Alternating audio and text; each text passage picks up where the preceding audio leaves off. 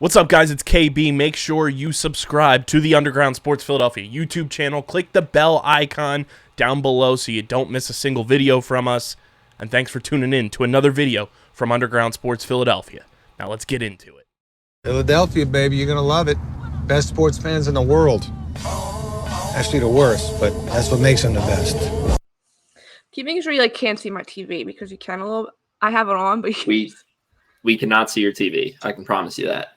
Well, because one time when I used to sit over there, Mom and Dad said you could see the TV reflection in the picture frames behind my head. I did notice that before. Yes, you could. You used to be able to see the TV reflection. It's all right. I mean, at least it's better than the screen reflection in my glasses. Yeah, it's a screen. I mean, it's always Phillies or Flyers when they're on during the season. So I was gonna say it was Flyers. Yeah. Hello, everyone. Hello. Welcome back. Episode 61. I do know what episode number it is. I was gonna guess 61, and I would have been right. Well, we made a big deal. There's a gnat just flying in front of the screen. Why did you just randomly cut off? Because we made such a big deal about 60 last week, so I knew it was 61. Yes. I truly remembered. It is 61. Welcome back to another episode of F1 Underground. It's our first back-to-back of the season, which sounds wild to think. I feel like normally there's a back-to-back already, but this is the first one.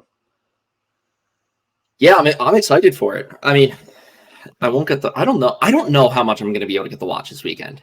I know you're going to be with people that are fit, you are almost fans, but it's how much.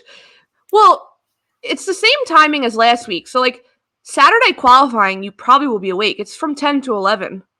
Yeah, well, I'll definitely be able to watch that. I just don't know what we have. And that's the most important. I don't know what we have booked throughout the weekend. I know one thing, and it's 6:00 at night that Saturday night. So it's that lends itself to I'll be able to watch. And the fact that there's multiple other people on the trip going that are F1 fans, I think I'll be able to watch a little bit, but it won't be my best weekend. It might be I might come home and rewatch it that Monday because I have off on that Monday, so I might just rewatch it then and there. Well, I mean, like I said, it's literally the timings are the exact same as last weekend. So qualifying is 10 to 11 on Saturday morning. So I think I should be good for that. And it's Monaco qualifying. That's the most important thing you want to watch this whole weekend. So. That's it. Yeah, that's. Yeah, definitely not a weekend for overtakes in fantasy coming up. I don't know. I keep seeing that one video from years ago. It might have been for Charles' first year in the Ferrari. He overtakes Romain Grosjean last minute on the inside of a corner in Monaco. People were that's literally that's a kid that grew up driving in Monaco. He knew he can make that. He had no hesitation. But doubleheader. So we'll be recapping Imola, which we just said was pretty boring until the last 10 laps of the race. Yeah. I literally was lounging, and then all of a sudden I was Lando. We can talk about this more in depth too. When all the announcers and every social media outlet that I follow on our page was talking about Lando catching, I was having PTSD, and I was I was having flashbacks. I literally was saying it again to myself. I was if this happens, I was oh my God. But we can talk about that a little bit. We are going to go through our normal theme of the week. We are going to go through a little bit of news, but we have an announcement first. Yes, we do. I was I didn't know where you were going with this. But yeah, we have an announcement. Do you want to do it, or do you want me to do it? We might go back and forth. I can start if you want to keep going, to give or whatever. I don't care. Well, we didn't plan this yet, clearly. No, we did not plan this. All right, let's see how well this goes. Fuck it, we'll do it live. Go ahead. Go ahead. We'll be hosting a watch party with Human Robot Brewing in the city at the Schuylkill Banks location. So anyone that was trying to read that Instagram post and was wondering how the hell you said that name, it's Schuylkill Banks location. It'll be for the Canadian Grand Prix, so on June 9th. Yeah, you're gonna give any more details? The race starts at 2 p.m. You guys can come 1:30. The bar is known in Philly kind of for playing these races. You know, we've spoken to the owner and everything. They're super nice. And they play the races every time that they can. So the race will be on there. We are just making it an event. We talked to them and they said that they would love to have us, and we're so excited to be there. And huge thank you to them for making this happen. But yeah, the race starts at 2 p.m. On that Sunday, like you said, June 9th. We will be there earlier. If you are in the Philadelphia area, if you're a listener and you're in the Philadelphia area, come on down. Come hang out. Come meet us. Come hang out with some people and watch the race at a cool bar that has beer and drinks. There is no food there. It is a BYOF situation. But you guys can bring whatever you would like. If you're in the mood for pizza that day, you can bring pizza. If you're in the mood for a burrito, you can bring a burrito. You know, it's all entirely up to you. But yeah, 2 p.m. June 9th for the Canadian GP. We're having a watch party. We will be there. Spread the word. Bring your friends. If you're a Philadelphia listener, come on down. Come hang out. We'll make it a great time. I feel like I'm not conveying this enough, like over voice, because I sound very monotone saying it, but like I'm so excited for it, and I'm so excited. It's cool. I'm so excited. I'm so thrilled. I'm excited to see who comes out and like just meeting maybe other people in the bar that are F1 fans that we can talk to and we can, you know, bond with and maybe start building. I don't know if it's a thing in Philadelphia. Maybe start building a little bit of a, you know, Philadelphia F1 fan base. community. Yeah. I think would be so cool and would be so awesome to make happen. And I think this is the first step in doing that. Don't get choked up. It's like randomly got a tickle in my throat. Sorry. I'm so excited he's crying. So excited. He just can't hold back the emotion. Can you take a drink of water? I didn't even cry this much on my wedding day. I mean, it's just like drink some water. Did she just hear you? Probably. No, it's very, very exciting. I'm hoping, like, I know some of our family and friends are going to be coming, but it will be exciting to meet other people. If there's people that are coming because of the show, that'll be wild to even comprehend. Yeah. But yeah, no, it'll be super exciting just to like also watch a race with other F1 fans. Will be cool. I mean, I saw on their socials, like they had a watch party this past weekend at 9 a.m. So they do stuff like this all the time. So it is cool to know that there's a place so local to us that does this, that plays them and stuff. Because it's not like, not every bar's on to play it, especially around here. Like if the Phillies are on or the Eagles are on, like you're not getting F1 on TV. So it's cool to know. No. The only other, I've told you this story before, but the only other bar in Philadelphia that I've known to play the races, and I don't even know if it was like if it's a normal thing or it was just like a one shot, was Top Tomato. We were there until like 2:00, and it was, I think it was Australia weekend. Yeah. So the race was starting at 2 a.m. And I remember we were like getting ready to leave. And all of a sudden I see the big F1 intro like start. And I'm like, oh my God, they're playing the race. So then I'm like, we're all getting ready to leave. And I'm like, no, let's stay. Let's stay and watch. But yeah, Human Robot Brewing. It's the Schuylkill Banks location. There's parking on the street. I know the parking's pretty accessible as well. Cool. But please come on down. Like we said, if you're a listener to the show and you're coming down because you listen to us ramble on and on about this stuff and you want to come hang out with us and meet us, that's wild. That we would love to see you. We would love to meet you. But yeah, come on down and maybe we can meet some other Philadelphia F1 fans. So yeah, it'll be exciting. I'm very excited. We posted it all over socials and everything, but officially I'll post it again as it on the gets top. Closer. But yeah, so I'm excited. I'm so excited. But yeah, super nice people. So the owners and the managers that I've been talking to and everything, super nice people. I'm so excited. They seem genuinely excited too. Like I told the guy I've been talking to, his name is Jake. I had told him that we had went down to Miami for our first race and everything because we were emailing back and forth before then, and then obviously over those 4 days that we were down there, I didn't talk to him at all. So then when I answered him back, I was like, "Hey, like sorry, sorry, I kind of dropped off the face of the earth. Like, we actually were able to go down to Miami, like, and see the race. And he answered back. He was like, that's so cool. He was like, that's such a good race to go to and everything. So yeah, super nice people. We're super pumped. But yeah, June 9th, 2 p.m. doors open all day, but come hang out like 1-ish, you know. Yeah, 1:30. And get a seat. we'll hang out, have some drinks, have some pints, and Wait, someone on watch the Twitter responded to me. Wait, who is it? He's always on our lives whenever we go live. And it was genuinely, it's Chris. He's been in our stuff before. Like, he comments. Oh, yeah. He said, so is there going to be a pint for every pit stop? And I said, you bring up an excellent point. That is an excellent point. Although I don't think that would be the safest thing. Yeah, he said people might have to chip in for Ubers after. I said, yeah, that's probably true. Yes, people will definitely have to chip in for Ubers after. No, not a pint for every pit stop, but we'll have a couple pints. Maybe Ferrari and the McLaren pit stop. We'll do it that way. Yeah, there you go. Yeah. I mean, so it's at most, if it's a 2-stopper for both drivers, that's 4 drinks. That's doable. We can make it work. I feel like we should apologize in advance, because if the race goes a certain way, if something good happens or something bad happens. Oh, yes. Genuinely, like, if anybody has listened and has been a part of our live streams before where we've reacted to the race, the reactions in person are like 10 times better. I don't know how to really describe it, but Sunday here by myself, when the race started getting close, I literally stood up. I literally started. I was like, what's actually happening? I literally stood up.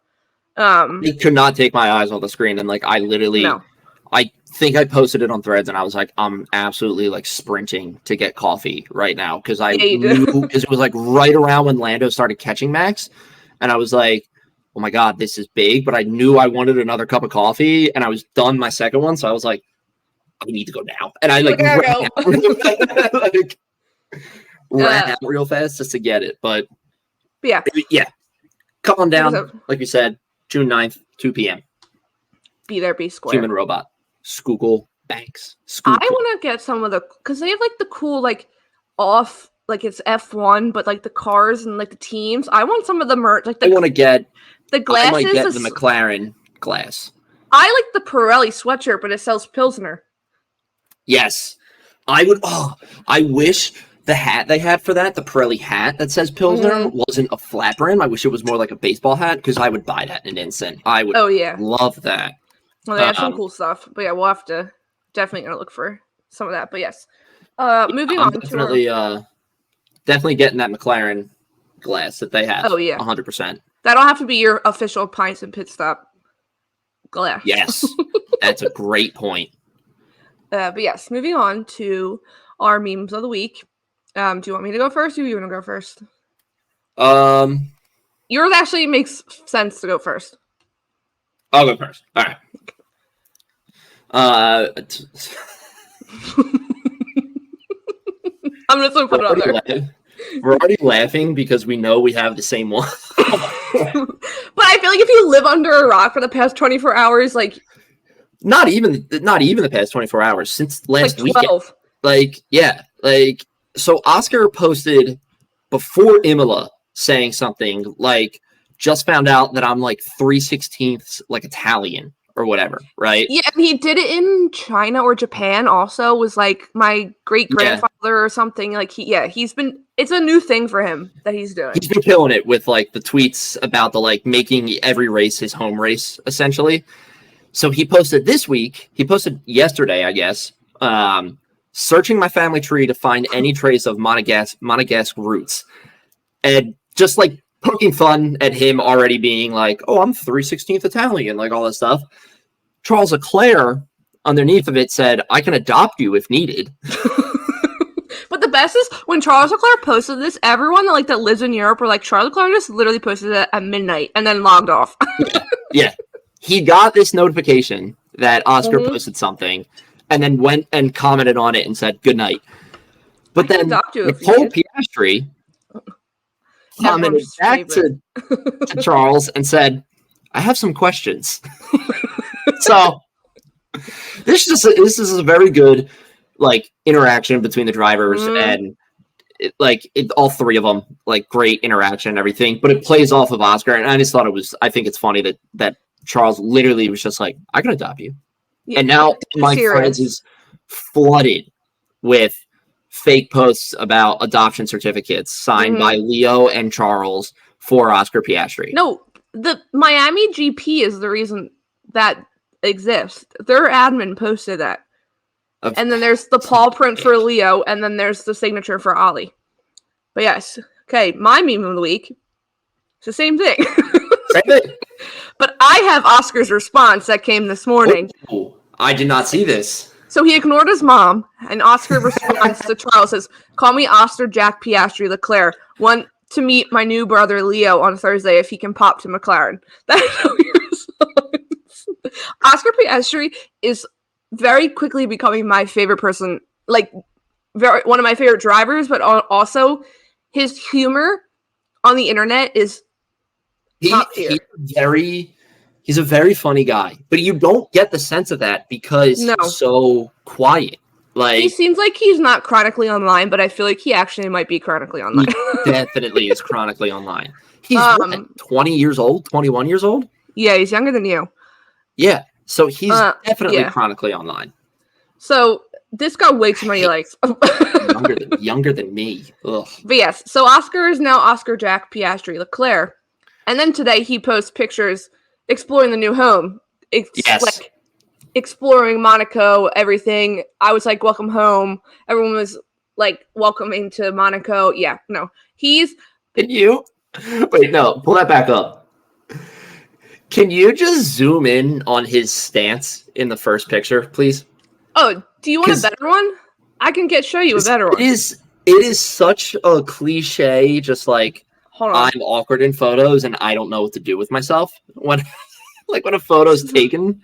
Like, it's not even the best one. I just posted this other one. Like, why is it getting windy? I don't want it to shut my window. This one. Oh, that's even worse. Not even lying. This is me standing in front of my TV in the last 10 laps limit. This is very accurate. True. If I wasn't like, that's a dad stance. Like, are you sure you don't have kids, Oscar? That is the dad stance of I'm walking through the living room and there's something on TV and I'm gonna stand here and watch this. And I hope that explanation was enough to put it in everybody's heads. But no, it's like one of those things when dad's like, I don't care what you're watching, and then like walks by and just stands there, and you're like, do you actually care? But the best with this picture, like, obviously he's looking through the fence, but it looks like he's just staring dead at the sign. Yeah, he's trying to read the sign. Yeah. But yeah, that's Oscar Piastri. But if you also want some more things to laugh at, I will have to send you some of the memes. The people saying this is like Charles Leclerc's final straw in defeating Carlos Sainz. He like adopted his sleep paralysis demon, like all these things because Oscar and Carlos can't stand each other on track. Oh yes, Oscar. That is too fitting. Yeah, no, there are some good ones, but yeah, that's the tweet from Oscar and the tweet from Charles, like the first interaction might be like Hall of Fame F1 tweet of the like that's up there with Lando when he got hit in the head by the ball with Daniel Ricciardo. And he's like, I'm okay. And it's the image of it, like the face, like just a straight up contact frame of when the ball slammed in the face. I love that video. Yeah, that's up there with that. Funny. But yeah, that's our meme of the week. Owen, I can see Owen's screen when he shares like on the bottom of like the little dashboard thing I have here. In a minute, I saw you post that up. I was like, we have the same meme. Oh yeah. Well, you know what? It's the first time it's happened. We have 60 episodes of material where we don't pick the same. We haven't had the same one, I know. So it had to happen. The law of averages dictated that it was going to happen at some point. You know? And my meme originally was going to be, I don't know if you saw the picture from the post-race conference because Max Verstappen didn't sleep like at all. And he was like laying on the couch, like straight, like just legs straight out. And he looked like he was eyes closed. But then Charles is literally like wake just up. fell asleep on me. But yeah, that was good movie of the week. And then when this happened, I was like, no, forget it. Yeah, It's too good. But I need a family portrait. I need Charles, Ollie, Oscar, and Leo. I will be very upset if They don't make it happen. Leo doesn't. If we don't get a video of Leo in the McLaren hospitality, like that has to happen now. It's You know, happening now. like And someone was saying, because people are like, it's funny that Leo's also the middle child. I was like, no, it makes perfect sense that Leo's the middle child because Charles is also the middle child. So like, it makes sense. that tracks. That tracks for the both of them. Because Leo, like, the pictures that I've seen of Leo and like his energy and stuff, like the videos, that is Charles Leclerc in dog form. It sounds weird. Yeah. That is Charles Leclerc. But yeah. I get what you're saying. Meme of the week. Moving on to Imola. Overall, good weekend. Imola. I had a blast watching this week. Yes. I had a beautiful really, track. Yeah. Oh yeah. It is Like gorgeous. the houses right there. Like beautiful track. Yeah, it's really, really it makes it feel like a vintage old school F1 track. And for reasons. But like that's what makes me feel. Yeah. It definitely like I'm so happy that we were able to see a race here just because like we've said this before, like we've never watched one and it's so cool and it was very fun to watch just because it was the first time I'm seeing this track, so it felt brand new to me in terms of everything. So it was just I loved it. It's a great looking track. The Italian countryside is just beautiful. No, you know, like there's no doubt in my mind that that's like one of the more scenic tracks on the calendar. You know, it's like it screams Italy when like you just see the cars going on. Like you just know it's in Italy. It's definitely a favorite of my track. I think the craziest stat the entire weekend that I still can't wrap my head around it because they were saying like how Oscar's never driven there, Logan's never driven there. Yes, I think I know where you're going with this. Nico Hulkenberg's never driven there. Yes, is that the stat? Yes, he's never driven there. When I heard that it was post race when I saw that, and I was like, "Holy shit!" Like that's not a name that I would expect to see. Like I think they were talking about during practice. But yeah, I think I posted on Threads, and people were saying because they didn't drive there for a very long time, and they only came back to there like right before COVID or right after COVID. Yeah. So that's the reason why. But like thinking about it, I was like, Nico Hulkenberg has never driven. That's just that's just one of those facts that you're like, no, there's no way. And then you look it up and you're like, oh shit. Yeah. Like, all that makes sense. Like, but it's like you just think because he's such an experienced driver and this track has been in the circulation for a couple years now that you're like, oh yeah, like he's driven there and everything. And it's like, you think like he's had driven there at some point, like doing something else, but no, nothing. Yeah. I also thought it was interesting that they pointed out after Yuki was we're kind of bouncing all over the place, but then we'll go in order. But because Yuki was doing so well, but they were saying that Yuki probably has the most laps on that track out of a lot of people because V-Carb is not far away, or Toro Rosso, like that. This was so confusing to me, and I want to explain it for anybody who may also be confused. So this was technically V-Carb's team home race. Yes. And I couldn't figure out why. At first I was like, okay, is it for Daniel? And then I'm like, no. I was like, that's the Australian Grand Prix. That's his home race. And then I was like, it's not Yuki. We that's Japan. We've already been there, and it's like, and then I'm thinking about it. And I'm like, why is it V-Carbs? And it's because of the team history being Toro Rosso and everything, stuff like that. I was like, that makes sense. I just like saw it multiple times. And I was like, why is this V-Carbs home race? Yeah, their I don't get that. Not far. Let me look it up. But no, that does make sense though. If the factory's not that far, then Yuki's probably got a ton of time on that track, which would then lend itself to why he drove like an absolute madman on the Maniac. track. Yeah. He definitely. I had one person respond to me on Threads because I had posted and said like, Yuki's driving like a maniac all weekend, blah blah blah, like all this stuff. And he posted, and I actually really enjoyed it because he had me in the preview where I thought he was going to like correct me or something. Because the preview said not like a madman. And I thought it was going to go into like, not like a madman, he's still bad or something like that. And I was like, and I opened it up and he was like, not like a madman. Like he's driving like he should be driving he just needs a better car. Like in support of Yuki being this is what we should see out of Yuki. And I honestly, like, I do think that Yuki has a lot of things to work on, but I do agree. Like, I think that there's a lot of untapped potential there for Yuki. And I think having a better car, he would do a lot stronger with. But I also do think that, his emotions, he does need to learn how to control a little bit more, and that hinders him sometimes. But yeah, he was a monster all weekend. So their factory is literally 20 minutes from Imola. So that's yeah. And I mean, but Carlos is even like Ferrari's not far either. So I feel like obviously Monza, Ferrari puts as like their home race, but right. I feel like Imola might be more of their home race. And they said like I was reading a couple articles and they were talking, and they were talking about it, and they were like, this is one of Ferrari's home races, like, and I was like, yeah, it makes sense that Ferrari has multiple home races, so. But I mean, I loved it. I thought this weekend was great. Like you said, I thought Yuki drove like an absolute madman. I can't really remember much about Daniel.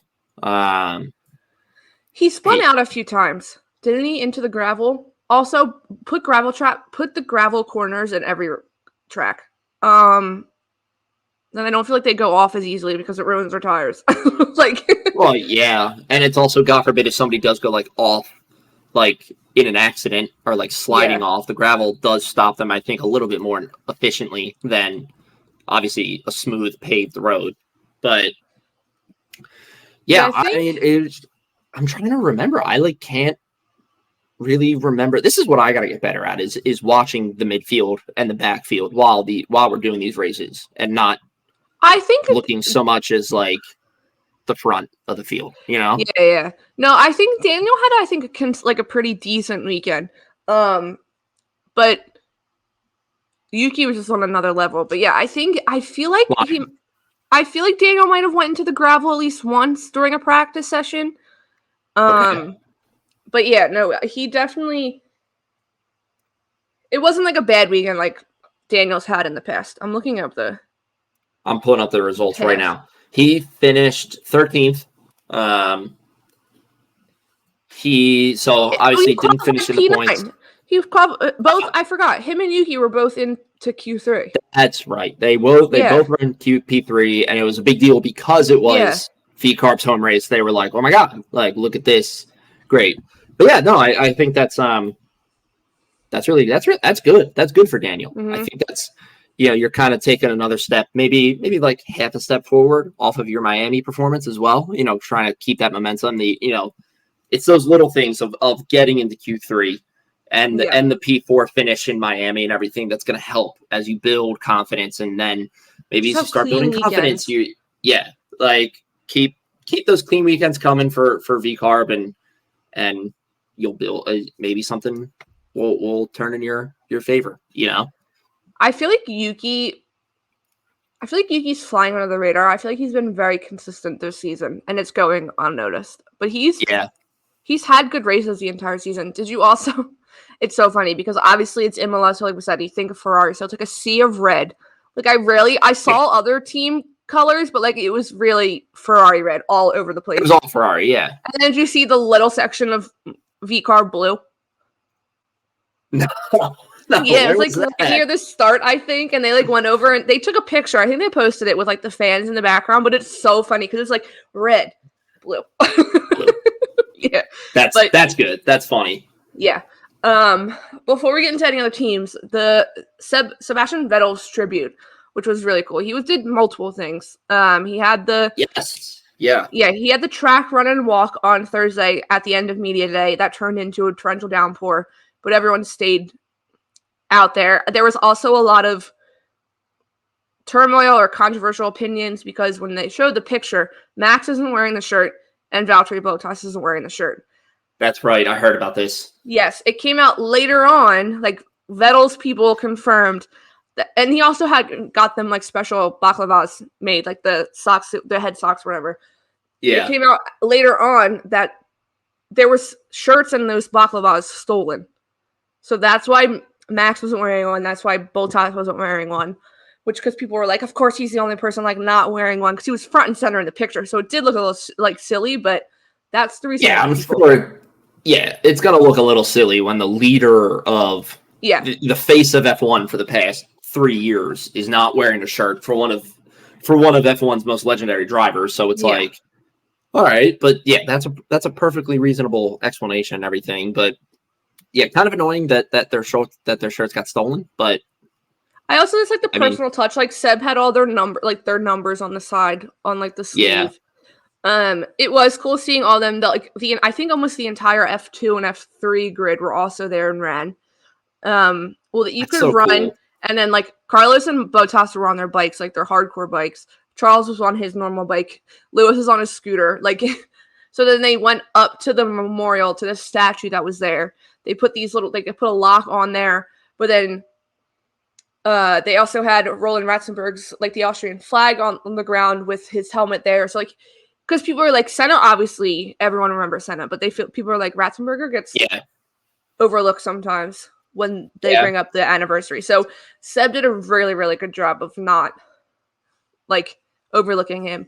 And then Sunday, right before the race, I was so happy they streamed it on social media. I wish it was on F1 TV. Like, I feel if they put on F1 TV, it would have been cooler. But he then did a few laps in Senna's what is it, the MP4? Yeah, MP4. The McLaren, his McLaren car. His McLaren, which I didn't realize that I think Seb owns.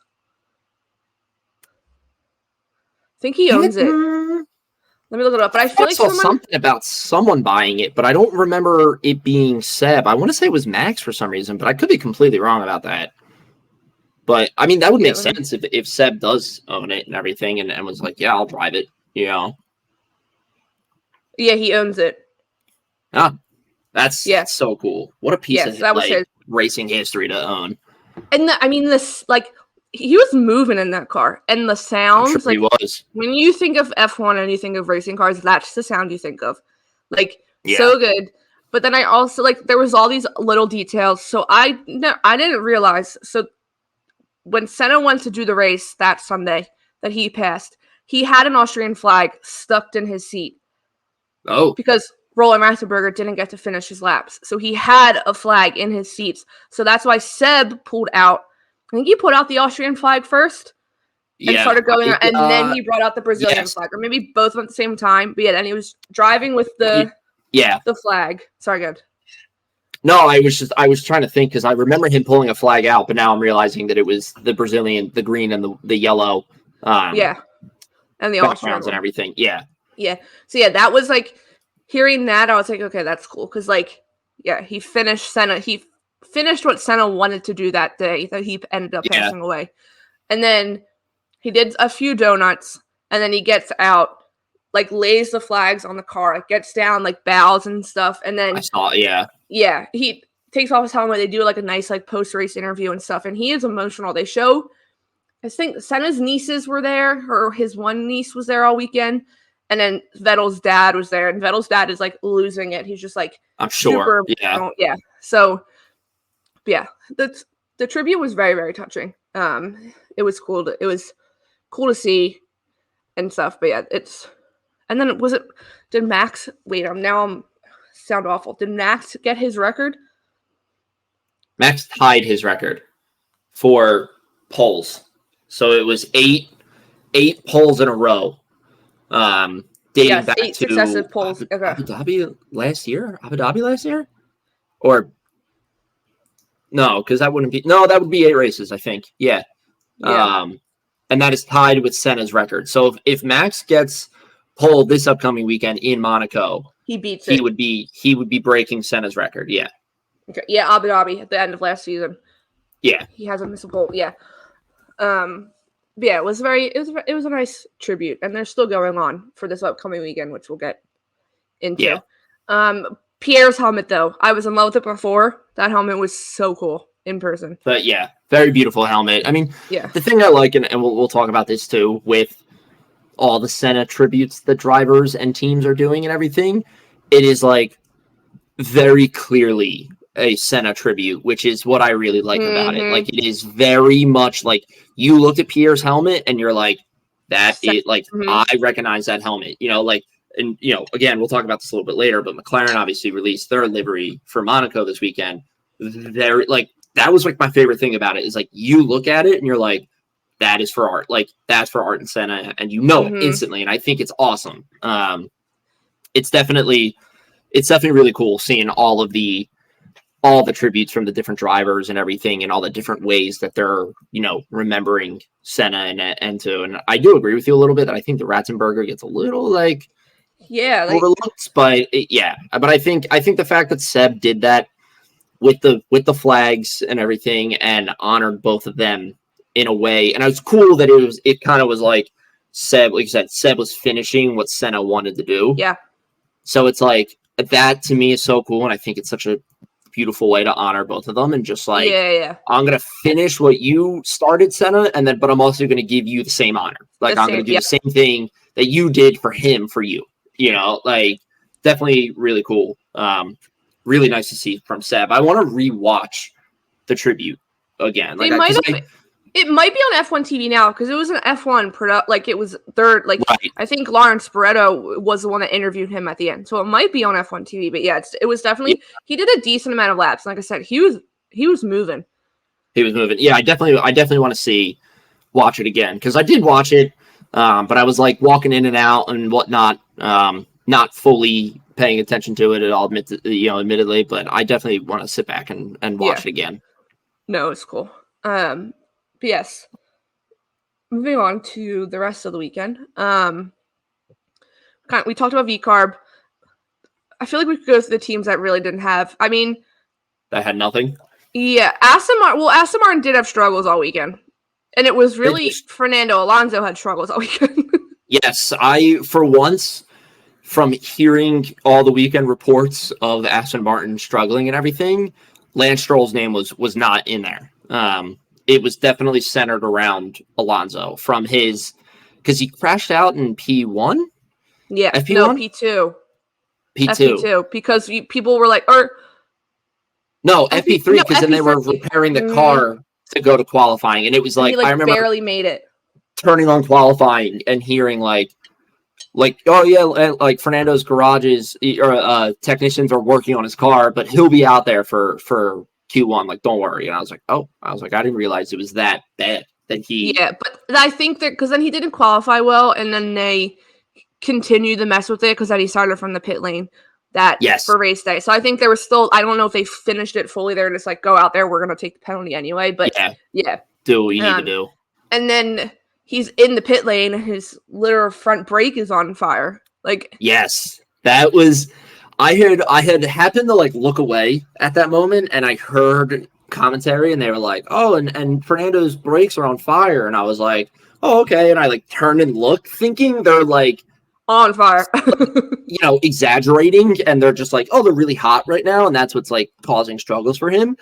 And then you just see flames shooting out of the front left tire, and I was like, "Whoa!" I was like, "Oh shit, it's actually on fire!" Like, no, when they showed that clip in the post-race, like the cool-down room, the podcast episode for the week, Lando, someone pointed out, I have to go back, but Lando's literally like, "No, that's coming from like what's it called? Like right there, like he could pinpoint exactly where the flame was coming from, like on the brake duct or whatever it was." But yeah, not a good weekend for Aston Martin or for Fernando Alonso. Yeah, definitely. I think for Stroll, it's kind of run-of-the-mill weekend. You didn't do nothing too crazy. You didn't do nothing too bad. You survived the weekend. I think for Fernando, forget about it. Forget about the weekend. Move on. Yeah, go into Monaco. You have more time. And I think he kind of did it right, I think, because he said, you would send me something, or I saw it online somewhere, about him saying, like, we know we're not going to score any points from me. Like, so it was like, I'm just going to do what I can and drive and like use the Grand Prix as like an extended like testing session. So it's like, okay, like, I mean, if that's move on. Stroll got 2 points. He finished 9th. So Stroll did get 2 points. Yeah. Behind Perez. So that was going to say something. God, could you imagine? Oh. God, we never hear the Stroll fanatics shut up about that. No, watch what you say. And Stroll beat a Red Bull. Oh God. Well, he did technically because Sonoda was 10th, but That's not a Red Bull. No, I know. That's a racing bull. That's a racing bull. It's a light blue racing bull. Yeah. From one team that struggled with one driver to the other, Alex Albon did not have a great weekend after re-signing, announcing. Oh, that was the news. Alex Albon staying at Williams for the foreseeable future. A multi-year contract. Yeah. Yeah, but yeah, not a good weekend. I mean, he did crash out on Friday. I think it was FP1 or FP2. Yes, I think it was FP1 that he spun out, and it's like such a tough weekend to follow up your contract renewal with, of just like, you guys are putting your faith in me for another X amount of years. We don't really know right now how long it is, so it's like, oh, do we? But you're putting your faith in me for however long, and this is the weekend that I'm going to give you, and it like sucks. I will give him credit though. When he drove away from one of his pit stops and he said, "My wheel is not entirely on," he did a very good job and a very clean job of staying out of the way of people who are racing, and B, bringing the car back into the pits safely. I think that goes a long way to being a good driver, of just like, I am struggling right now. I'm going to stay out of the way, like make sure that I'm out of the way, and also get this car back to the pit safely so my pit crew can then replace the tire, put a new one on, and then we leave and we get back to racing. So I do want to give him kudos for that. I had our new favorite tool on from the live timing, where you could see like the gaps between two drivers. Oh yeah. Watching his dot was literally, it was moving Alex Albon, it was moving so slow. When they first showed him, I pulled up the map on multi-viewer and was doing the same thing. I was like, wow, he's really cruising, like just like very slowly. If it fell off, he would have been out much earlier. I mean, he did end up retiring at the end. I think he was lapped twice. He was lapped twice. Yeah. Yeah. I was so bummed about that too, because I have him in fantasy. And when he had this wheel issue, I was like, oh my God, that's again like why I was so happy about it, because I was like, oh my God, great job getting the car back, get a new set of tires on, get back out there. Go. Just finish the race, because it's like, okay, if you don't score me any points, that's great, but I can't have you lose me any points. Yeah. But he lost. And then lap 61. You're right at the end. Retire the car. And I was like, no. I was like, that is no, like, don't do that. Like, oh, I was so upset.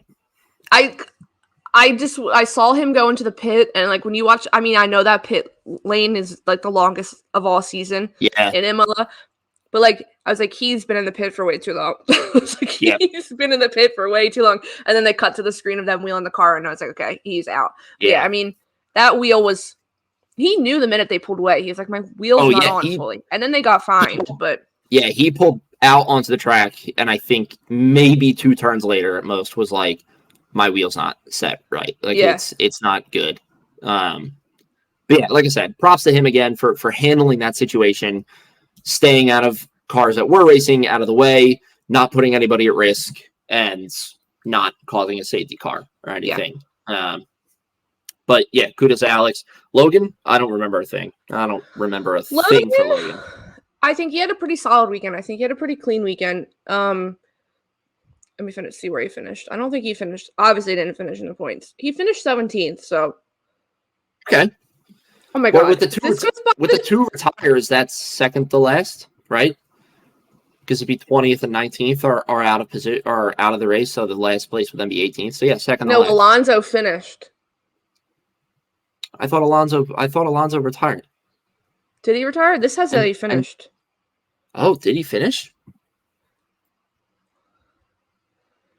Oh, this is driver standings. I want races.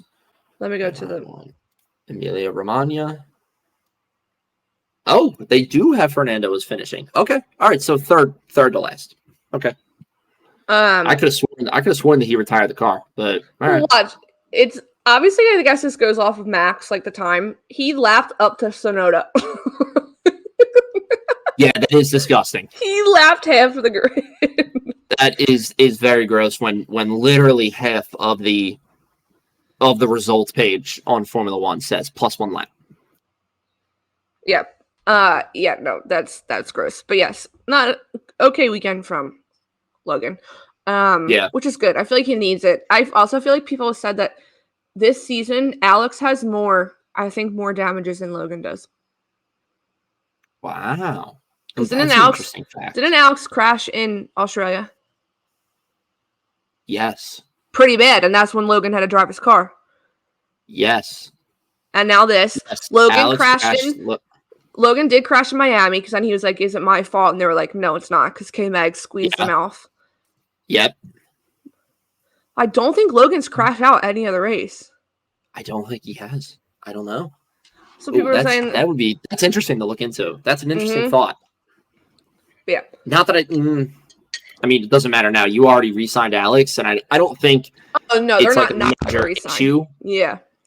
But that's interesting. That's funny, just because everybody last year was like, "How many millions of dollars is Logan Sargent causing in damages now?" And I'll give him that he did cause him a lot of damage and money and damage. But yeah, no, I think Alex is right there with him, or maybe more. Yeah. I'm just gonna go through. I really didn't notice Sauber or Alpine. Yeah, like I didn't really notice them.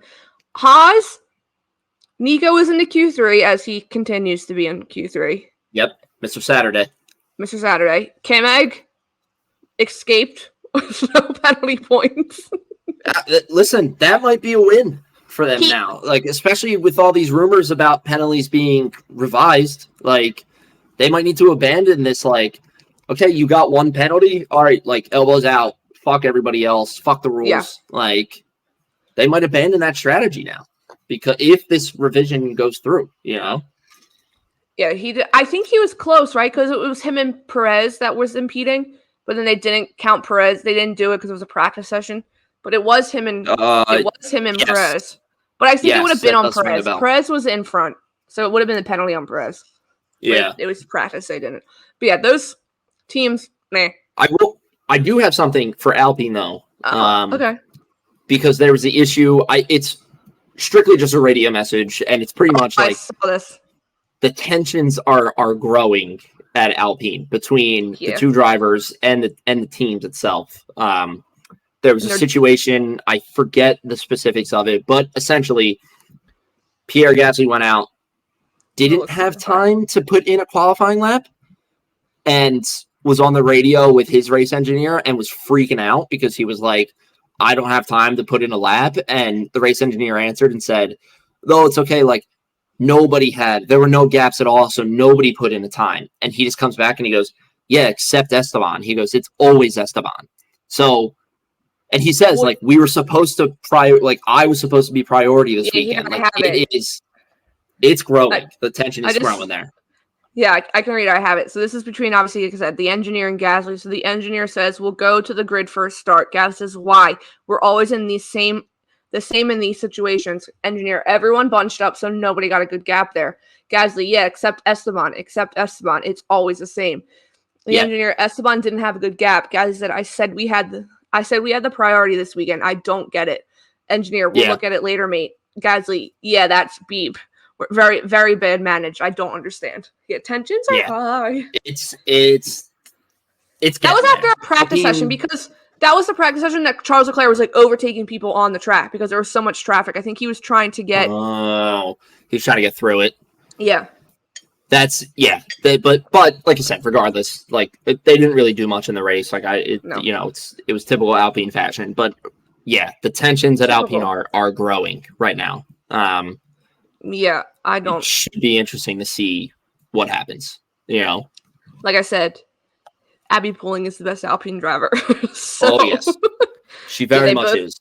They both finished out of the points, so yeah, 14th and 16th. But yeah, no, it's definitely they're like unnoticeable.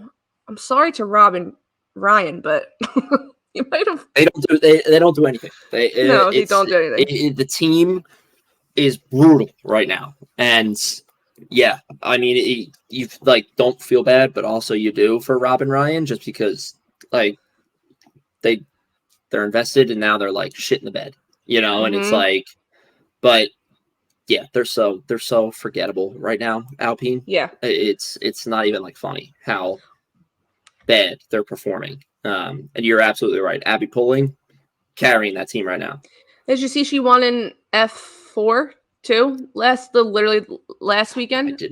I did not. That's awesome. Yeah, like she won both races in Miami. The following weekend, won the next race. People were like, "She's on fire." Yeah, she's cruising. Girl. Yeah, she's got that momentum now. She's not gonna let it go. But yes, moving on to the other teams. I had to pull up my favorite quote from Fred Vasseur of all time, so I have it ready when we get to them. Okay. I sent it to you. I think you know what it is. I do know what it is. Yeah. Yes. I know. I remember it now. Yeah. But yes, we can start with Mercedes. It was an okay weekend for them. I would say it was a better weekend from Lewis Hamilton. I also think they had their own radio drama. Because I didn't hear it, but then there was an interview after with Toto, and I swear he confirmed that this did happen. So I'm gonna say the rumor because like I said, I didn't see the radio. I haven't seen the clip or heard it. Right. George wanted to switch places with Lewis. And they were like, no. They just told him no. And he was like, well, why? They're like, no, he's I think they were like, he's quicker. Why are we going to?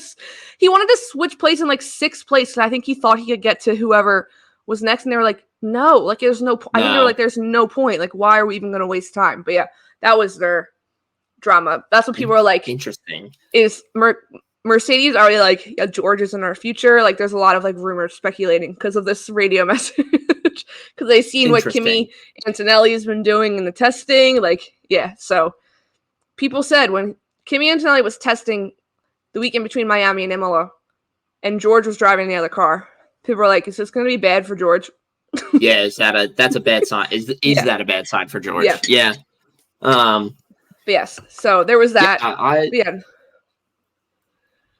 Nothing really crazy. I mean, like I said, it was an okay weekend from them. Both cars made it through. Both cars scored points. I will say this, and I think we can use it as a segue to jump into my team. But I do want to say one thing first. Okay. Lewis, they did not score as much points as they needed. Mercedes. That is. Yeah. They're losing that battle. Yeah. Quickly. I wanted to say that Lewis Hamilton needs to stop messing with the car in between FP1 and 2 to FP3 and qualifying. Yeah. Because he looked great on Friday. And then he gets to FP3 and qualifying, people are like, what the hell is he doing? Looks like a totally different car. But yes, go ahead. Yeah. I don't blame him for trying something different in the sense of this isn't working as a general statement right now, so let's try different things. But if you do it too much, you're gonna have no baseline to improve upon. If you do it, if you mess around with it a little bit and you find that you can snag some extra performance out of it, you can kind of be like, okay, cool, this is where we stand with it right now. What can we do from here and everything? And that might be the way that they're going about it. But from what we're saying of just okay, Friday you looked really good, and then later on you're like, well, this looks like a totally fucking different car, and it's like, well, what happened? Why did we change things? Yeah, why? What's going on here? I mean, wasn't it FP2? They were 4th and 5th in FP2. Yeah, they looked much better in FP2 than they did in FP3 and then qualifying. Yeah, but FP3 he was 17th. Yeah, see, that's not whatever he did between those sessions. Stop it. Stop it. Don't do it again. Before you go into McLaren, sorry, I didn't mean to cut you off. There's something else said. No, you're good. It was cool to see. I said this last week. I was interested to see how Imola was going to embrace Lewis Hamilton as the future Ferrari driver, because we know this. It was cool to see. I mean, there was people on Twitter freaking out because they're like, it's rude to Carlos. It's not rude to Carlos. He's a grown man. There's still also people in the crowd with C2 signs, Carlos signs. They were cheering for him. It's it's fine. But Lewis said that he even turned to Charles at one point and was like, I can't wait to be back here next year in red. Oh my God, I'm sure. Yeah, he said he's so excited. Yeah. Why would you not be? That's the fan base known in that's the thing. Like, out of all the fan bases in F1, like those are the ones like that. Like, so it's like, I understand that he would like look around and be like, I would not be shocked that there was a point this weekend where he was like, kind of like what you said, but also like, man, I wish I was in red right now. Right now. Like, yeah. Like, I'm so excited to come back here next year in red, but I want to like just having this right now. Like, I want to feel that right now. Yeah. I don't blame him at all. And no, it's not rude to Carlos at all. I've seen like, I think he has done it in Brazil and Silverstone, like because the fans can go on the track after and they go up against a fence near the pit lane. So like the drivers will climb up the top of the fence and like wave to the fans. Charles has it in Monza and stuff. Carlos did it here. Lewis did it here and like went up and took like he knows like he knows. He absolutely knows. Yeah. He absolutely knows. And I mean it makes so much sense. Again, it's like the Tifosi are known for their like passion, love of F1 and love of Ferrari and how it's like a religion. And it's like you're when you're becoming a part of that and you're becoming a face of that, why would you not be excited? There's both. Definitely, yeah. But yeah, I don't blame them. But yeah, Mercedes, they got through the weekend. They're good. Did you get it? Yeah. Good work. Ninja Casey over there just but yes, now I'm jumping into my team. Go ahead, and take it away. This weekend, this was so I don't want to say anything because I don't want to jinx it and I don't want to ruin anything. I will say this, I almost put on my McLaren hoodie to watch the race. And then I remembered that I said I would never wear I'll say this. I remember that I said I'll never wear McLaren merch again during a race, and I will stand by that. And this weekend just solidified it even more. That like the fact that Red Bull now is under I genuinely believe serious threat from McLaren and in Ferrari. The sense, and Ferrari. I think that I think the fact that they're under serious threat from both teams is rattling them a little bit. That goes with that goes along too with you're losing Adrian Newey. You've had this whole Christian Horner debacle, going on. You have a driver who is performing very well, but doesn't have a contract for next year with Red Bull. So that's got to be weighing on the team a little bit as well. There are a lot of factors here that I think are shaking Red Bull, but I think there's a lot of factors from McLaren and Ferrari that are shaking them as well. And it's just like the fact that we had, I'll start with him because it was like halfway through the race. It didn't come Oscar's battle with Charles? Yeah. No, Carlos. That was the thing I was reading that they wanted Carlos they wanted Charles to come back to help Carlos get DRS to pull him away. He didn't. The fact that Carlos got on the radio, 2 separate occasions, got on the radio and said, A, McLaren is fast. Like, that is a sign of you're like, whoa, shit. Like Carlos knows that Oscar is there and he's coming. Yeah. And then B, when commentators are sitting there and saying, Carlos cannot get away from Oscar. Like, no matter what he tries, he cannot get away from Oscar. It was just, it's so nice to see as a McLaren fan and just being like, whatever they're doing right now, it is working. It is working. And I think it goes without saying that, like, keep doing it, and if you think about it, if Oscar didn't get that 3-place grid penalty for impeding, and I had flashbacks to Charles in Monaco last year because it was kind of the same thing. I think the team didn't tell him, which the team didn't tell Charles last year. So like if he didn't get the 3-place grid penalty, Max would have been under fire by both Lando and Oscar at the start. Yeah, it's just one of them might have overtaken Max at the start. I have a feeling. The upgrades that McLaren pumped out are killing it, and their development cycle is killing it compared to where they were last year. But it was so exciting to watch that battle with Oscar, and it was so much fun to see that battle with Oscar and Carlos. And then you jump to the end of the race, which is he was close. He was close. The gap at the end was 0.7 seconds. He could have gone under. Yeah, he could have been in DRS, but he didn't. That was starting from 4.5 seconds back. Now, yes, you can make the argument of, okay, Max is coming up and saying, like, I can't turn the car. He was struggling with the car again. And I understand that definitely plays into Lando's hands, but I also think back to Miami, where it's like when everybody was asking him about, well, the safety car, blah, blah, blah. Like, this is just racing. Like, sometimes there are weekends that your car struggles. I think the thing to remember with this, though, is when Red Bull has struggled in the past, when they've had weekends, and we've seen this last year, when they were like, oh, the car is really hard to turn, they're still winning by like 10 seconds. Yeah. They weren't. It really says something about McLaren, the fact that Lando Norris, coming fresh off his first win, is catching Max Verstappen from 5 seconds behind, and there's 12 laps left to go in the race.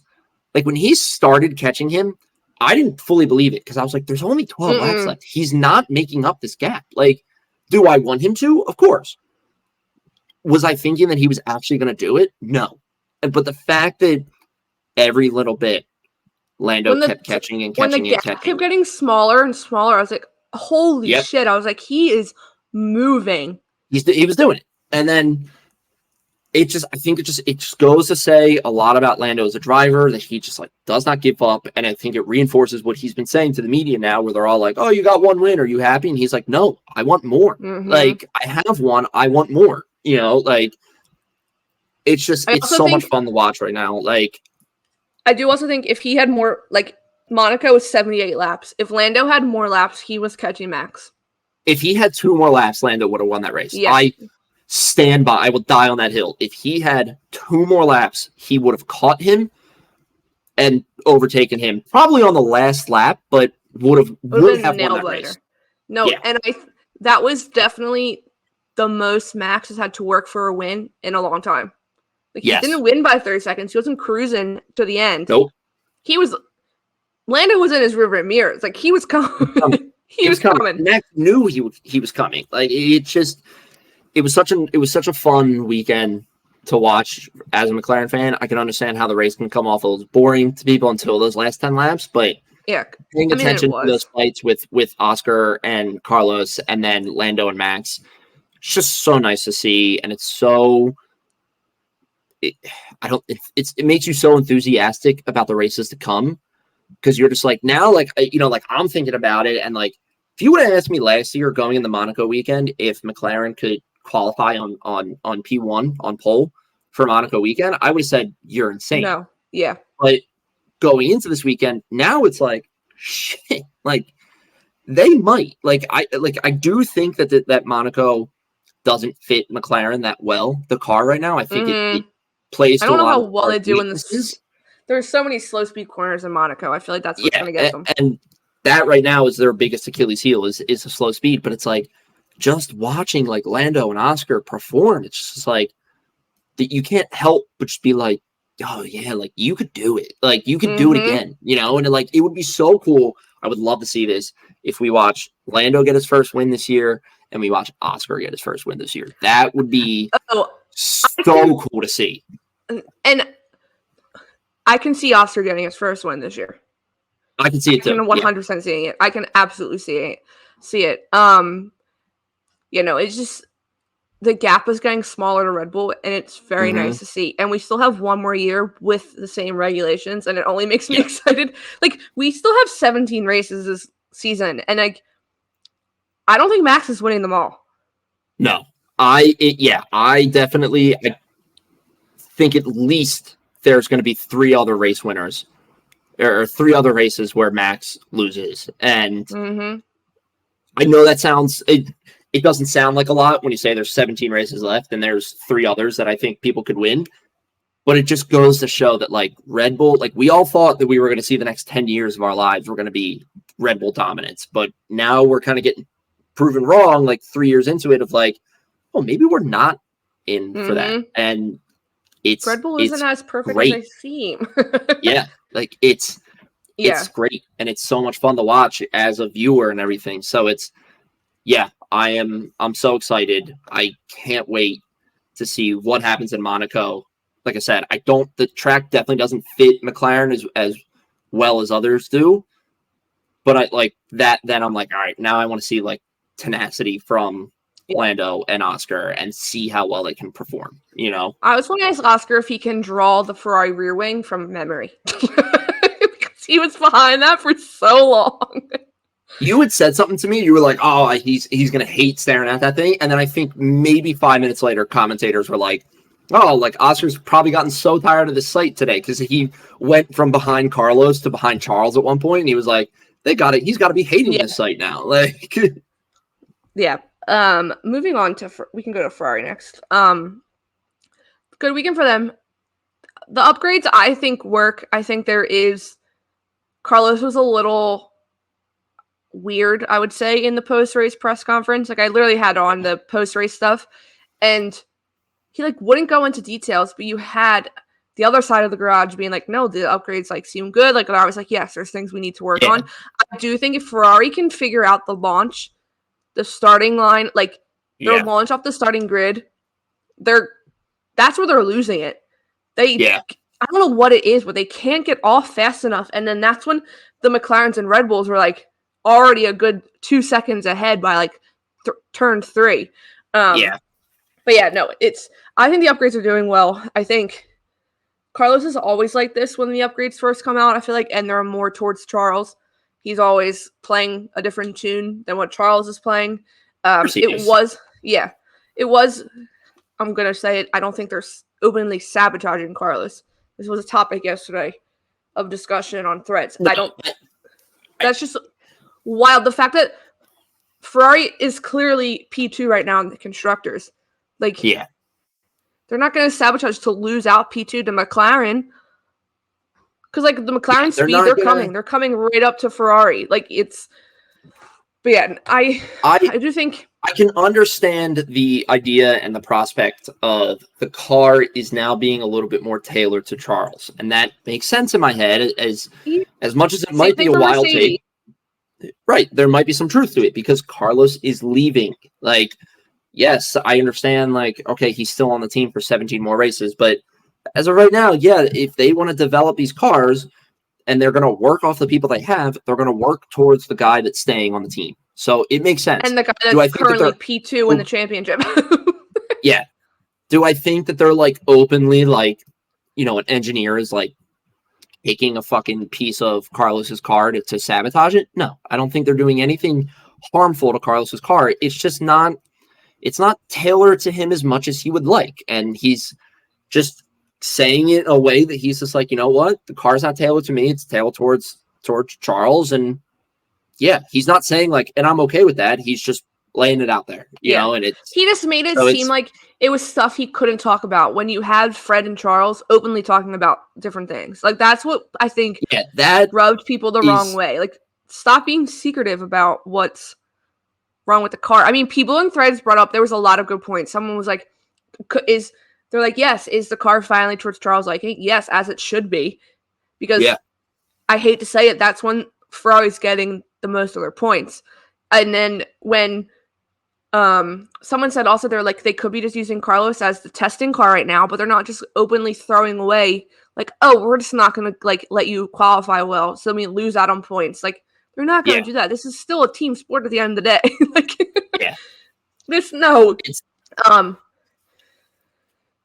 you can see the divide or the pull away from Carlos starting now. And the fact that he's saying, like, I can't talk about anything. Like, maybe he can't talk about stuff because he doesn't really know.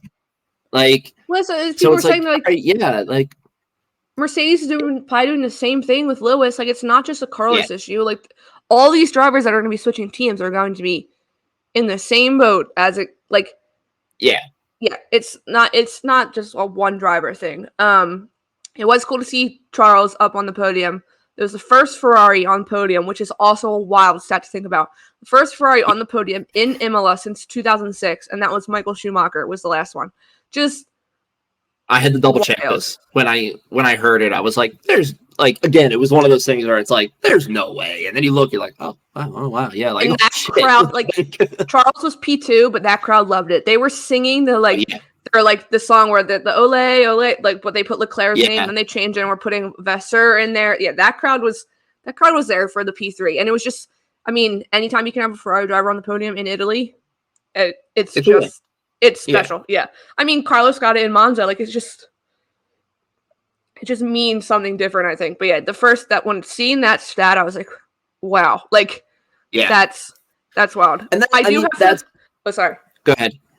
No, this is gonna be my last statement about Ferrari before we go to Red Bull. My Okay. favorite statement. It's to me, that's like Charles being on the podium does two things for the team and for Charles as well. Like that's got to be such a huge and satisfying vindication moment for Charles of being on the podium and being back there, especially in, like I said, in Imola, in Italy. And it's just like right before Monaco. This team, right? This team can win. I can perform with this car. Yes, we didn't win the race, but also we're on the podium. Like I'm here. Like we're back in this battle. I think the fact that he's now P2 in the Drivers' Championship, that's awesome. That's great for his confidence. And also, I would say also Lando coming for Perez for P3. Oh yeah, Lando's hot on him. Mm-hmm. Which, keep going, Lando. You can do it. I think Ferrari being on the podium again in Imola, huge for Fred. Huge moment for Fred's regime and the confidence of the Tifosi in Fred. It's just like that goes such a long way of Fred can like turn around and kind of be like, look at what I did. Like it's working. Look at like I'm doing the right things, Mm-hmm. So yeah, it's such a big moment for the team and such a big moment for Charles. And you're right. Mark put out a beautiful article about Charles' kind of like bittersweet history with Monaco and everything. And having that, that was great.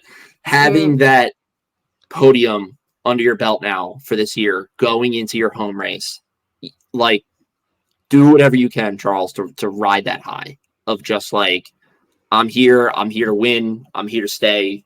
Let's go. Let's do it. Like home race, Yeah. Before we go on to Red Bull, so this was from Motorsport Italy. They asked Fred a question. The question was, do you think Mercedes have made progress in the last few races? This response, yes. Fred is so savage in the press sometimes. It's the best thing. He says, but this is his answer. The Mercedes, ? They were 28 seconds behind Charles at the end of the race. So yes, I think they got a little closer. Yeah. He is Fred. All time I was like, screenshot. I need that one. Fred, that response, that is a fan's response. Like, Fred to me now says, like, I am a fan of this team that just happened to become team principal. Mm-hmm. Like, and he's like straight up just like, yeah, well, they got a couple seconds closer, but they're still behind us. 28 seconds. They made progress. Like it's such a funny response, but yeah, I love it. And I love what Fred has done for Ferrari so far. It's making for a very, very interesting second half battle between multiple teams. Yeah. It's gonna be really good. Very quickly, Red Bull, we kind of talked about them. They both struggled in both practices, I have to say. Both going, I mean, I've never seen Max go into the gravel that much. Perez was, I double-checked and now I'm doubting myself. Perez was out in Q2. Yep. Yeah, because he finished 11th. Yeah, so he got out in Q2, which is huge. And I kept saying this is the exact same time as last year in Monaco, and he started going downhill. I was like, Perez, don't do it again. You have a contract you want to work for. As we said earlier, it was probably the most Max has had to work for a win in a very long time. And on top of that, he won twice in the weekend because he also won the 24-hour sim race that he had. And of course he did. Also won an Imola. Yeah, he's a freak of nature. Literally a freak of nature.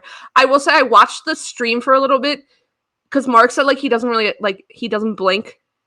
Like that one time we had that conversation. Watching him, he's like nothing made me believe that he's a robot more than watching that stream as well. Because I had it on for a bit.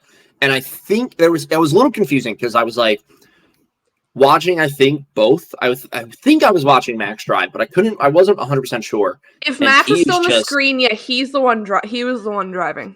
He was just deadpan, just and I was like, dude, like breathe. Like is that what he looks like in the car under his helmet, like during the race? Like is he that stone cold? Yeah. Oh, he's got to be laser focused. Yeah. I definitely, when he came over the radio at the end of the race and said, I had to work for that one, like, that, again, kind of goes into this whole McLaren-Ferrari discussion of just, like, what they're doing right now, both those teams, is working, and it's shaking Red Bull a little bit. And it's just, like, when Max finishes and he's like, fuck, man, like, I had to work for that. Like, you're like, ooh, like, it's hard to not be like, oh, shit, like, we have an exciting season to go through, you know? So I did our normal, like, if you have any questions. I threw a picture of Leo in there to get people's attention, and it worked. Yes, it was a good choice. Very good choice. The amazing Frey_F1 on Threads gave us 2 questions, and you kind of just made it the perfect segue. Her second question was, who do you think is the biggest threat to Red Bull, Ferrari or McLaren? That's a very tough question for me to answer right now.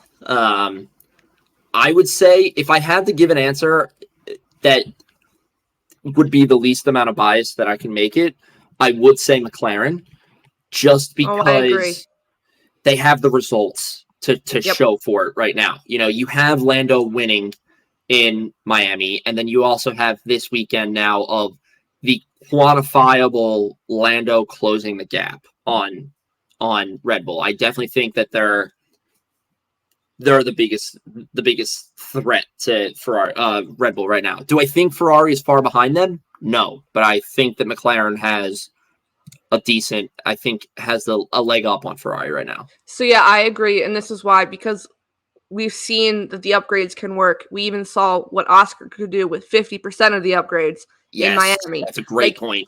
Those upgrades are working. I think Imola, we saw a little bit of Ferrari's upgrades. I don't think we're going to see them this week in Monaco because it's Monaco. I think Canada is our first real instance at seeing what the upgrades are like in Ferrari. And then I can maybe say Ferrari's going to be the closest. But yeah, right now, McLaren, because they have, like you said, they have the results. They have their upgrades are working. They're killer right now. And her other question is kind of like different. It is very hard to say, like we said. Like, I'm like strictly choosing McLaren off of the fact that they have the race win, they have the P2, they have the catching Max. Like, definitely, yeah. I don't think, like I said, I don't think Ferrari's far behind at all. But the fact that McLaren right now is the only other team, you know, well, I guess I can't say this actually because it's Ferrari and McLaren are the 2 teams that have beaten Red Bull so far this year. But yeah, I do think it's McLaren right now. Yeah, well, and I mean, not to discredit his win, Red Bull, I mean, his car burst into flames that day. Like, it wasn't like Lando beat Max on his own merit. So, like, yeah, that's why I lean a little towards more McLaren. Before we get into the previews, because they'll be quick, she does have another question. We kind of talked about this, I think, maybe. Do you think Ferrari will play the team game and use Carlos to keep Charles P2 in the championship? Or are they always going, like they usually do, going for the one that does best in quali and will be favorite during the race? I think if the gap gets wider within points, like Carlos doesn't get as many points and Charles is continuing to go up and up, and if he can get closer to Max, I think they should favorite Charles. Right.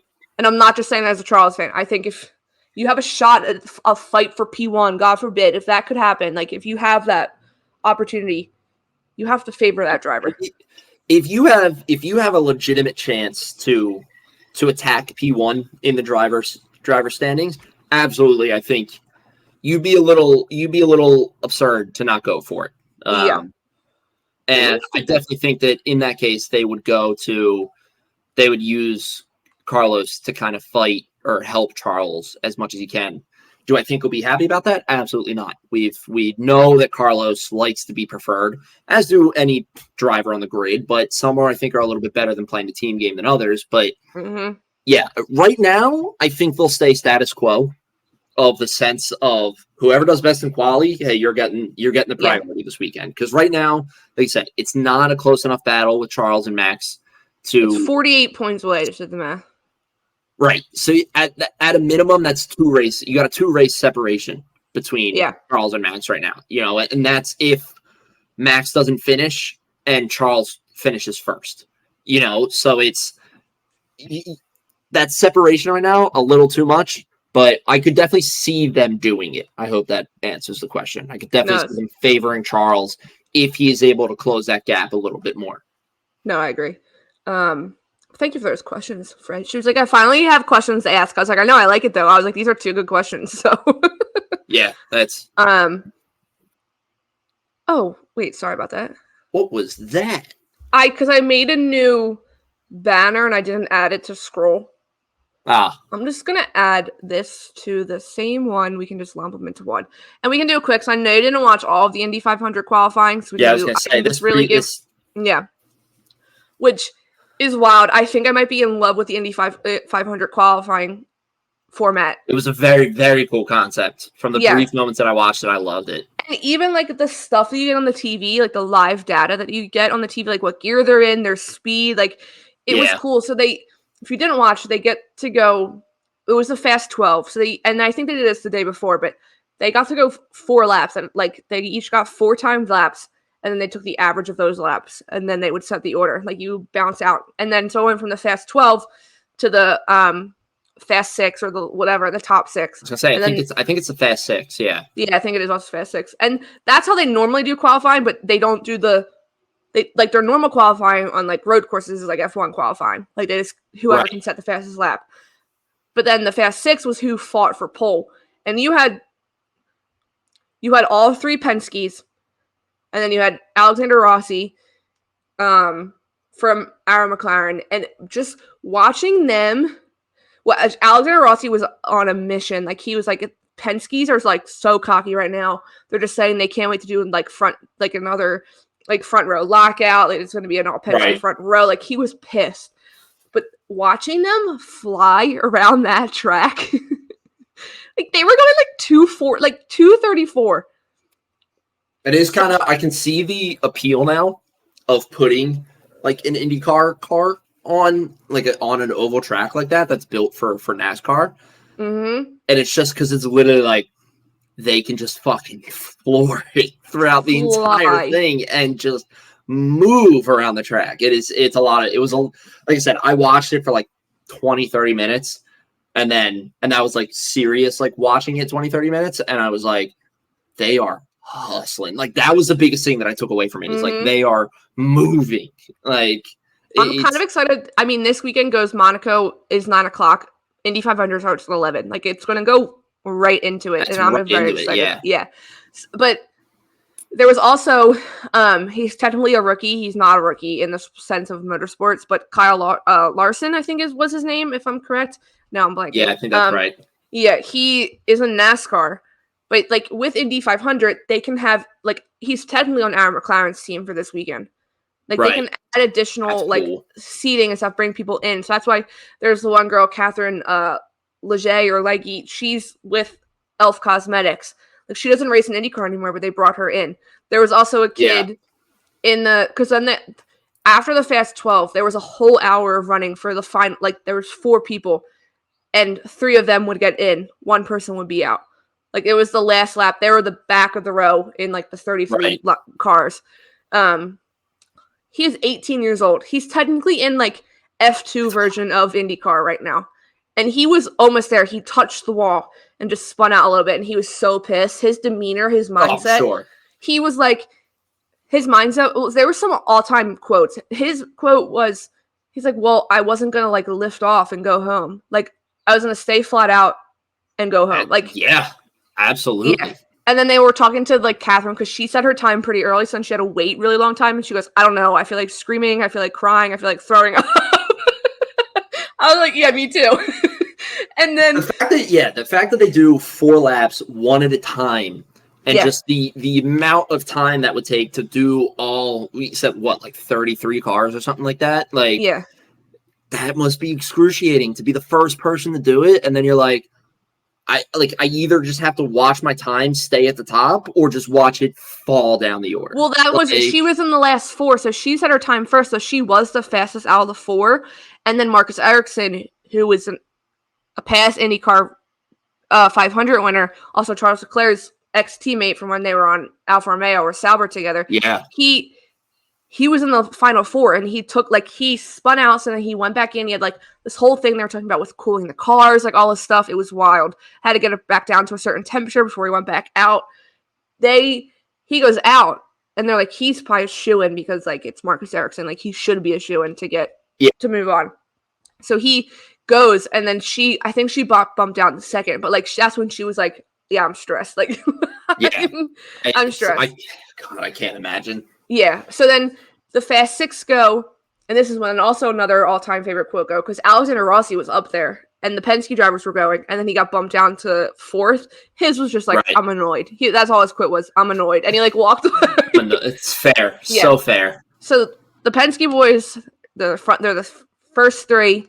It goes Scotty Mack, Scotty McLaughlin, which he's the one that was watching the PGA Tour live updates from the inside of his car. And then it's Will Power. Yeah, Will Power, which I love Will Power from the Indy 100 Days. And then it's Joseph Newgarden. So I think it's a little controversial because Penske's the team that's been in trouble.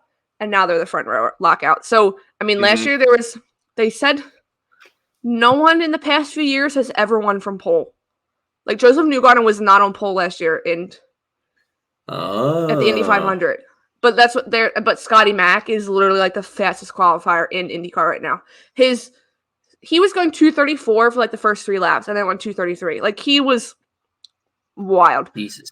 So if I had to pick someone to win, I kind of hope it's Scotty Mack or I hope it's Will Power. Sorry, Joseph Newgarden, but kind of rubbed me the wrong way now. But yeah, that's who I would pick. But that was Indy 500. This is to the stuff Owen now can comment on. Monaco. Now I can talk about it, yeah. Monaco. I think we all know who I'm going to predict. Yeah, you did say last week your delusion was going to be very high. Yeah. I don't even know if it's fully delusional. I feel like there's a decent chance. There is a shot. If he can qualify P1, I think he's got a very decent shot. I mean, we all know how Monaco goes in terms of overtaking. Like, it's very hard to overtake. Let me look track, because the other day the decent chance of rain was Saturday. Oh, at quali. Oh, that would definitely spice things up. But, oh yeah. But yeah, no. Do you want me to go first? No, I'll go first because I'm not going to go with the Lulu. I'm going to try to play it realistic here. 50% chance of rain on Saturday. Just thought I'd let you know. God, love that right in the middle. I'm going to go. I will join you. You know what? No, I won't. I'm sorry. I will say I think it's going to be Max number 1. I think Charles is going to get P2. I think he's going to ride that high from this past weekend and everything. God, see, this is where I struggle. I'm going to go. I think Lando will be in 4th. I think he's going to be off the podium. The fact that this track is so much slow corners, and really the only time that you can kind of escape a corner and get up to full speed is going into the tunnel. Yep. And it's like, it's not well suited up for McLaren at all. This is another one of those weekends where if McLaren can go into it and gain more points than Mercedes can, I'm happy. I am happy with that weekend, regardless of the positions that they're in. If they can get more points than Mercedes, I'm good. I'm all in. So I would have to go Max, Charles. I'll go just because I'm feeling nice to Ferrari. I'll go Carlos. In P3. And then Lando P4. I as much as it pains me to say that, it's just not a good setup for McLaren this weekend. No. Before I get my predictions, I think it's a good time to say a prayer for Charles Leclerc because this is where it first came. Perfect time. This is where we first came out with it. I'm going Charles Leclerc P1. I will go Max P2.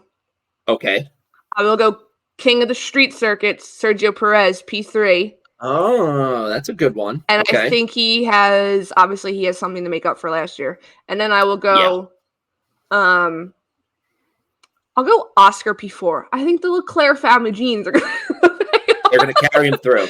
Well, people were like carry him through the race. People were like, "Wait, do we want Charles to adopt Oscar? Does like the Monaco curse get transferred over to Oscar, or Ooh. what? Is it a blood curse, or is it just like I don't know. That's It might be a blood that's curse big. because Arthur also had troubles last year in F2. So So there you go. we also know what's not happening this year. There's no charity football match in Monaco, and there's always a charity football match before the race, and then there's a curse. So maybe, yes, Maybe it's a football match. Yeah. Charles, Max, Checo, Oscar. They're my top 4. I really like it. I like your pick of Checo in P3. I think that would go a long way. Like you said, last year was obviously when he spun out last year, and then he had all the issues that kind of stemmed from that. The floor was in the sky.